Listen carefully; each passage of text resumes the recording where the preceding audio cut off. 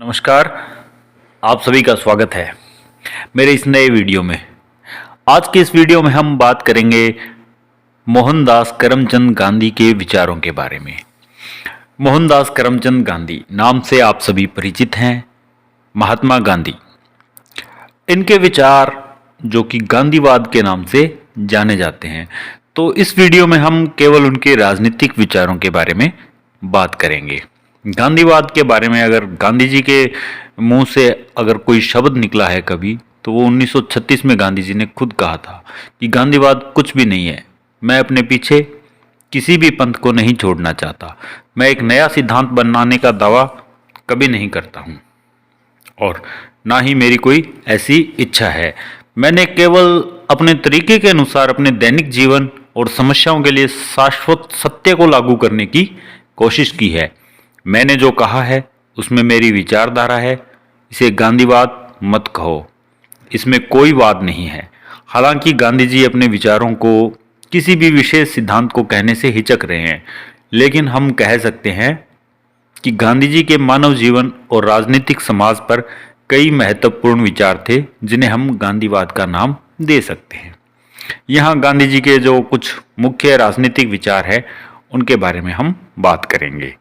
तो गांधी जी के जो राजनीतिक विचार हैं उनमें सबसे पहले हम बताते हैं कि राज्य के बारे में गांधी जी क्या सोचते थे। गांधी जी राज्य को एक आवश्यक या प्राकृतिक या दैवीय संस्थान नहीं मानते थे। वे राज्य के वर्तमान स्वरूप के भी खिलाफ थे और राज्य को एक स्मृति मशीन के रूप में मानते थे। विरोध का मुख्य आधार यह था कि राज्य हिंसा या शक्ति पर आधारित होता है। राज्य उस शक्ति का उपयोग करता है जिसके द्वारा व्यक्ति की स्वतंत्रता नष्ट हो जाती है और व्यक्ति अपने जीवन को संतुलित तरीके से विकसित नहीं कर सकता। इस बारे में उनका विचार था कि राजनीतिक शक्ति अंतिम लक्ष्य नहीं है, लेकिन एक ऐसा साधन है जिसके द्वारा व्यक्तियों को अपने जीवन का सर्वांगीण विकास करने में सक्षम बनाया जा सकता है। लेकिन गांधी जी इस बात से बहुत निराश थे कि वर्तमान राज्य इस कसौटी पर बिल्कुल खरे नहीं उतरे। गांधी जी के अनुसार राज्य एक संगठित तरीके से हिंसा का प्रतिनिधित्व करता है। व्यक्ति के पास एक आत्मा है, लेकिन राज्य एक निस्वार्थ साधन की तरह है। इसको हिंसा से कभी भी अलग नहीं किया जा सकता, क्योंकि हिंसा ही इसकी उत्पत्ति का स्रोत है। गांधी जी आदर्श समाज के बारे में क्या सोचते थे? गांधी जी वर्तमान जो राज है वो गांधी जी की नज़र में सत्ता पर आधारित है। ऐसे राज्य को समाप्त करके गांधी जी एक आदर्श समाज की स्थापना करना चाहते थे जो कि अहिंसा पर आधारित हो और उसमें व्यक्तियों को अधिकतम स्वतंत्रता प्राप्त हो। गांधी जी का आदर्श समाज राज्यहीन और वर्गविहीन था, जहां स्वतंत्र गांव इसकी मूल इकाइयां होती। ऐसे समाज में पुलिस या सैन्य शक्ति की इतनी आवश्यकता नहीं होगी, क्योंकि इसमें रहने वाले लोग शासन और संयम का पालन करेंगे। यह एक धर्मनिरपेक्ष समाज होगा जहां सभी को अपनी पसंद के किसी भी धर्म का पालन करने की स्वतंत्रता होगी। गांधी जी का आदर्श समाज लोकतांत्रिक सिद्धांतों पर आधारित होगा। प्रत्येक गांव में एक पंचायत स्थापित की जाएगी जिसमें गांव को चलाने की पूरी शक्तियां होगी। इस तरह सभी स्वनिर्भर और स्व आश्रित गांव एक संघ की इकाइयों के रूप में कार्य करेंगे। इस समाज में पंचायती राज के साथ साथ शक्तियों का कोई विकेंद्रीकरण नहीं होगा। गांधी जी के काल्पनिक समाज में बड़े शहर, अदालत और जेल नहीं होंगे, बल्कि छोटे छोटे गांव, पंचायत और सुधार गृह होंगे। गांधी जी के आदर्शवादी राज्य में राजनीतिक शक्ति और आर्थिक प्रबंधन का विकेंद्रीकरण होगा।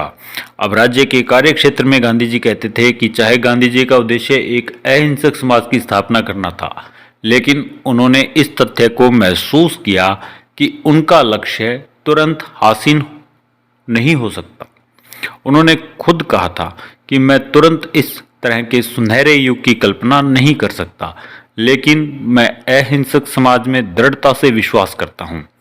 इस प्रकार गांधी जी राज्य की सत्ता को तुरंत समाप्त नहीं करना चाहते थे, बल्कि वे राज्य के कार्य के दायरे को सीमित करना चाहते थे। उनका मानना था कि राज्य को न्यूनतम कार्य करना चाहिए और व्यक्ति के व्यक्तिगत मामलों में हस्तक्षेप नहीं करना चाहिए। वे चाहते थे कि लोगों को न्याय राज्य अदालतों के माध्यम से नहीं बल्कि पंचायतों के माध्यम से न्याय मिले। उनका विचार था कि राज्य की शक्तियों में वृद्धि नहीं की जानी चाहिए, क्योंकि राज्य की बढ़ती शक्ति व्यक्तिगत स्वतंत्रता को नष्ट कर देती है। अहिंसा, जो कि उनका प्रमुख अस्त्र था महात्मा गांधी का, अहिंसा गांधी जी के जीवन और दर्शन का एक अभिन्न अंग था। उनका विचार था कि जिस प्रकार पशु साम्राज्य में हिंसा एक आवश्यक कानून है, उसी प्रकार अहिंसा मानव समाज का मूल आधार है। अहिंसा का शाब्दिक अर्थ बल प्रयोग करके किसी को मारना नहीं है, लेकिन गांधी जी ने अहिंसा शब्द का अर्थ बहुत ही व्यापक रूप से लिया है। उन्होंने अहिंसा को आध्यात्मिक और दैवीय अहिंसा शक्ति के रूप में वर्णित किया है। उनके अनुसार अहिंसा का अर्थ किसी भी तरह के विचारों या शब्दों या कर्मों के माध्यम से किसी को नुकसान पहुंचाना या नुकसान पहुंचाना नहीं है।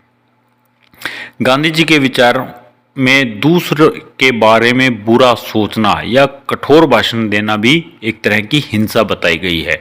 गांधी जी का विचार है कि जो व्यक्ति अहिंसा में विश्वास करता है वह किसी से भी नफरत नहीं करता और किसी को भी अपना दुश्मन नहीं मानता।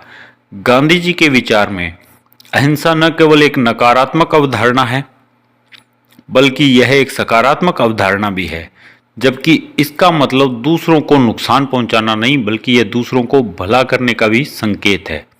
इसके अलावा सत्याग्रह के बारे में गांधी जी के विचार बहुत ही प्रेरित करने वाले हैं और उन्होंने सत्याग्रह के दम पर काफ़ी अपने जो आंदोलन थे उनको चलाया भी था और वो कामयाब भी रहे थे। बुराई से लड़ने के लिए जो सत्याग्रही गांधी जी का एक विशेष तरीका था।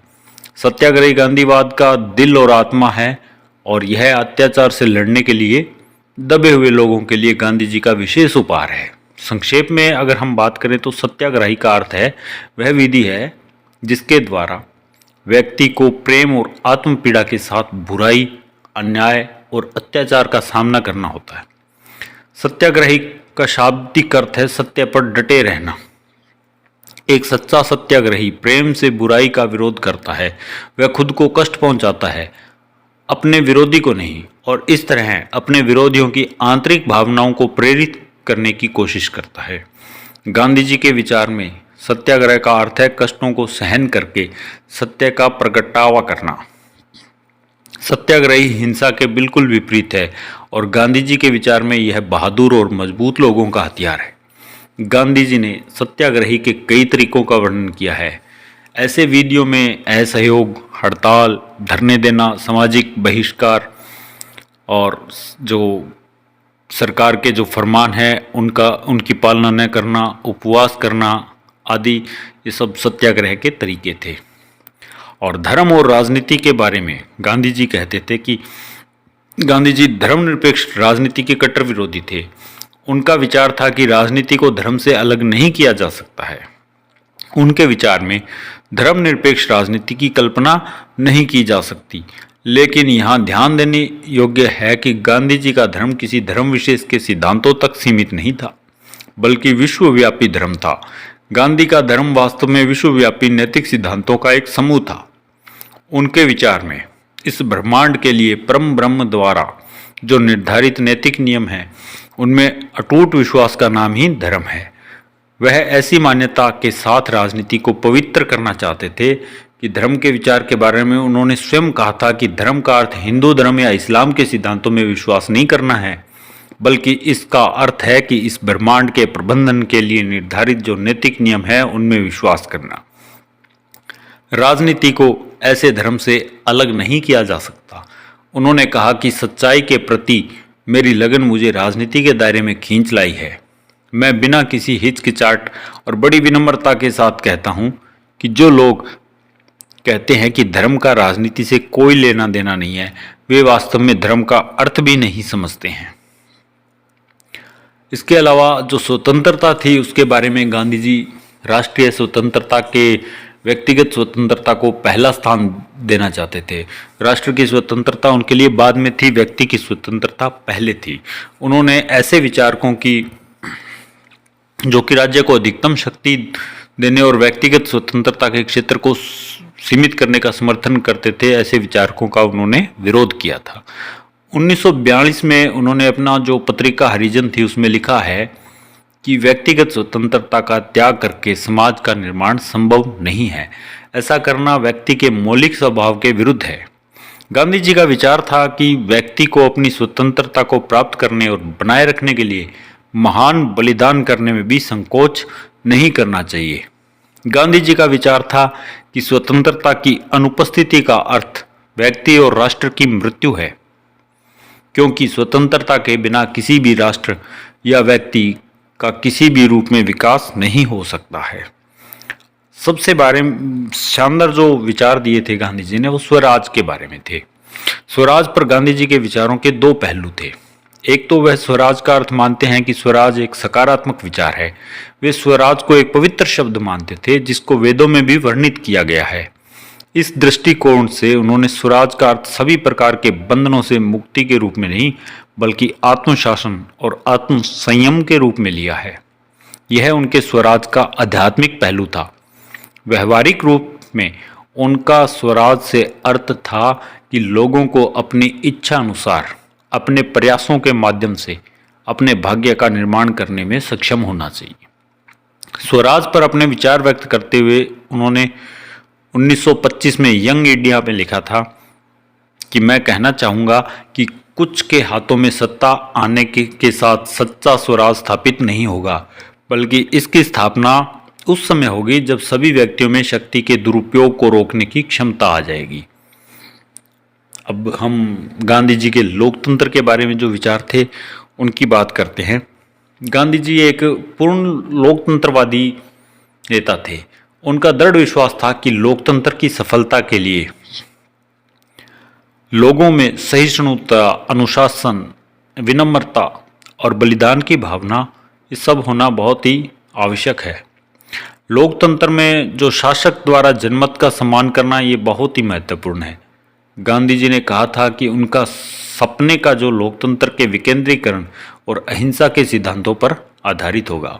ऐसे लोकतंत्र में लोगों को ज़्यादा से ज़्यादा स्वतंत्रता प्राप्त होगी और राजनीति की शक्ति को कुछ ही व्यक्तियों के हाथों में केंद्रित नहीं होने देना चाहते थे, जो अपने कार्य को खुद करते हैं। 1924 में जो बेलगाम में कांग्रेस का वार्षिक समागम हुआ था उसमें उन्होंने भाषण में कहा था कि मेरे विचार में वोट का अधिकार देने के लिए ना तो संपत्ति ना ही रुतबा मुख्य योग्यता होनी चाहिए, बल्कि इसका आधार है वो एक तरह से कर्तव्य होना चाहिए लोगों का। बहुमत के सिद्धांत का भी गांधी जी विरोध करते थे। गांधी जी को बहुमत के शासन में कोई विश्वास नहीं था।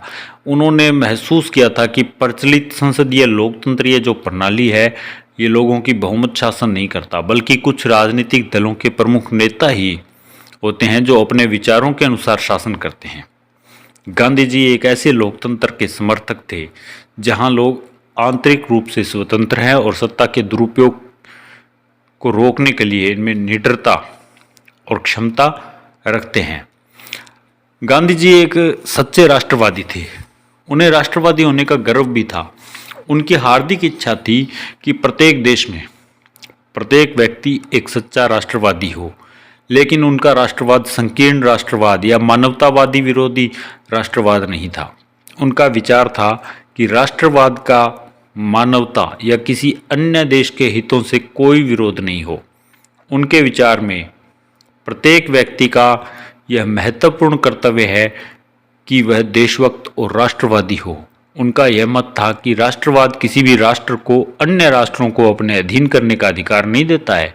यही कारण है कि उन्होंने साम्राज्यवाद और बस्तीवाद का घोर विरोध किया था। इस प्रकार अगर हम देखें तो गांधी जी के जो विचार थे वो एक कोई विशेष धर्म, विशेष जाति या विशेष कोई उनका दर्शन नहीं था। उनके जो विचार हैं राजनीति से संबंधित, लोकतंत्र से संबंधित, उनको ही गांधीवाद का नाम दिया हुआ है। तो मैं उम्मीद करता हूँ आप गांधी जी के राजनीतिक विचार जो मैंने आपको बताए वो आपको अच्छे लगे होंगे और समझ भी आए होंगे। बहुत बहुत धन्यवाद।